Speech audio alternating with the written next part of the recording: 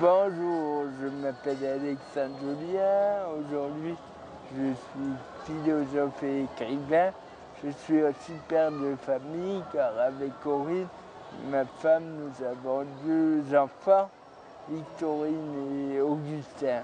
Aujourd'hui, c'est aussi mon premier voyage en Asie et je suis très heureux d'être ici, très touché de découvrir une autre culture, une autre pauvreté, parce que la pauvreté que je découvre ici est très différente de celle que je croyais avoir vue ailleurs, et je suis très curieux de découvrir ce pays. Welcome to Nepal. And this is Tika. Thank you.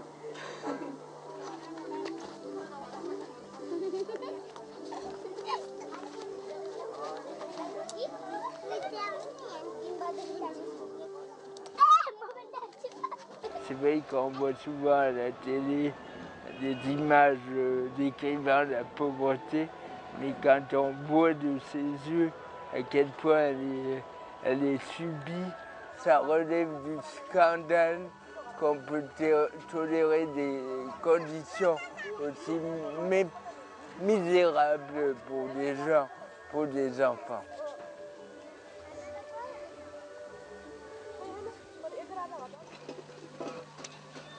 J'ai beaucoup lu les stoïciens, notamment Sénèque, qui disent que le bonheur ne doit pas être dépendant des choses extérieures, il doit être purement intérieur, se cultiver à domicile. C'est vrai dans un certain sens, mais on voit ici que quand on n'a pas mangé, c'est difficile d'avoir un bonheur, c'est pratiquement impossible. Et je crois que c'est un concept de gens favorisés que de dire que le bonheur est indépendant des circonstances extérieures. Ce que j'ai vu même dans les bidonvilles, c'est la joie. Ce qui me conforte dans le fait de privilégier la joie au bonheur. Le bonheur, c'est peut-être inaccessible. Ça m'a frappé. Une ancienne prostituée a dit « Je ne serai pas heureux tant qu'il y aura encore du trafic ».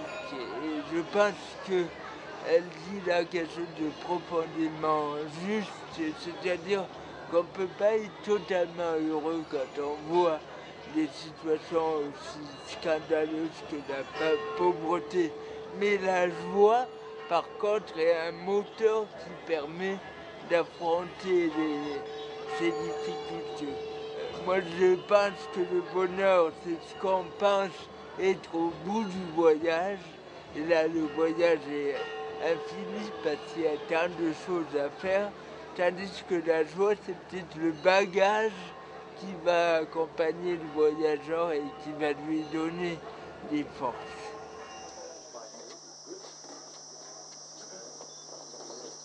Quand j'ai appris qu'Alexandre venait, je me suis dit que ce serait quand même merveilleux qu'il puisse rencontrer soit des enfants, soit des adultes ou des jeunes qui ont des difficultés, un handicap, et avec lesquels il puisse échanger. Et là, c'est un rêve qui est devenu réalité, parce que immédiatement, avec son approche et sa sympathie naturelle, tout de suite, les gens sont sentis libres, ils sont venus, ils ont discuté, c'est les meilleurs amis du monde. Oui, mais l'accueil est quand même L'accueil extraordinaire. particulier. L'accueil extraordinaire. J'ai bien aimé parce qu'ils ne réduisent pas la personne au handicap et que le centre de la vie de la personne handicapée, c'est pas le handicap, mais c'est la vie elle-même. Même si on entend, c'est pas toujours facile, mais ça m'a soulagé d'entendre ça. Coverage Association of the Blind. Des personnes aveugles. La chose un peu exceptionnelle pour eux, c'est de rencontrer quelqu'un qui a été dans une position où il a fait des choses au-delà de ce que les gens espéraient ou attendaient de lui. Et pour eux, c'est une révélation, parce qu'on les met dans une position inférieure. On leur dit tu ne pourras jamais faire quoi que ce soit dans ta vie, tu ne pourras pas être chauffeur, tu ne pourras pas être infirmière, tu ne pourras pas être écrivain, tu ne pourras pas être philosophe. Et ils voient quelqu'un qui a fait tout ça. Et ce n'est pas une réduction, c'est au contraire une révélation. C'est une révélation. Il y a quand même des degrés dans le handicap. Et je crois que naître au Népal avec un handicap, c'est peut-être un handicap supplémentaire.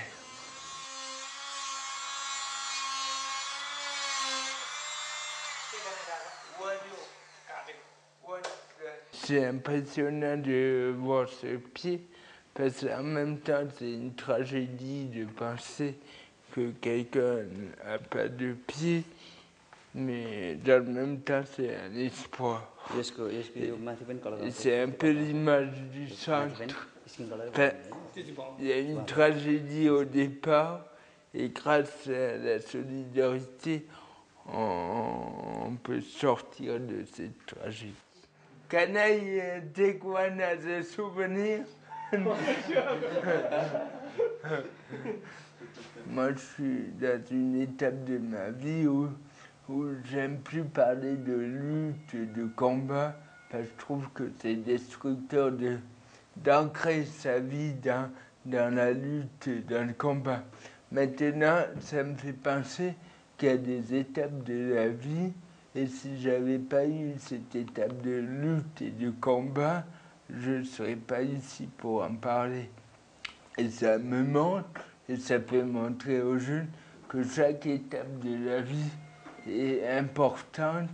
Et ici, il y a quand même une lutte de la vie, pour la vie, qui est obligatoire. Si on n'a pas ça, on ne s'en sort pas. Arrivé au terme de ce voyage, je suis content de rentrer en Suisse pour pouvoir témoigner de ce que j'ai découvert. D'abord, je suis très impressionné par l'humanité du personnel de Terre des Hommes. Pour moi, il y a une façon d'aider qui peut être très arrogante, très loin de la réalité des gens. Et là, j'ai vu des personnes étrangères et aussi locales s'occuper des gens, ou plutôt accompagner les gens sans outrecuidance, sans pitié, mais avec un réel engagement. Et ça m'a permis de revisiter ce que c'est que l'engagement, et si je peux répandre cette idée en Suisse pour que les Népalais que nous avons rencontrés puissent obtenir quelque aide, je serai content. Et ça me rappelle une histoire. Il y avait des étoiles de mer qui étaient en train de mourir sur une plage. Il y avait des milliers d'étoiles de mer. Il y a un homme qui passe par là et il essaye de mettre une étoile de mer dans l'eau. Et quelqu'un dit, mais c'est dérisoire, il y en a des milliers qui sont en train de crever, ça ne change rien. Et l'homme répond, pour cette étoile de mer-là, ça change tout.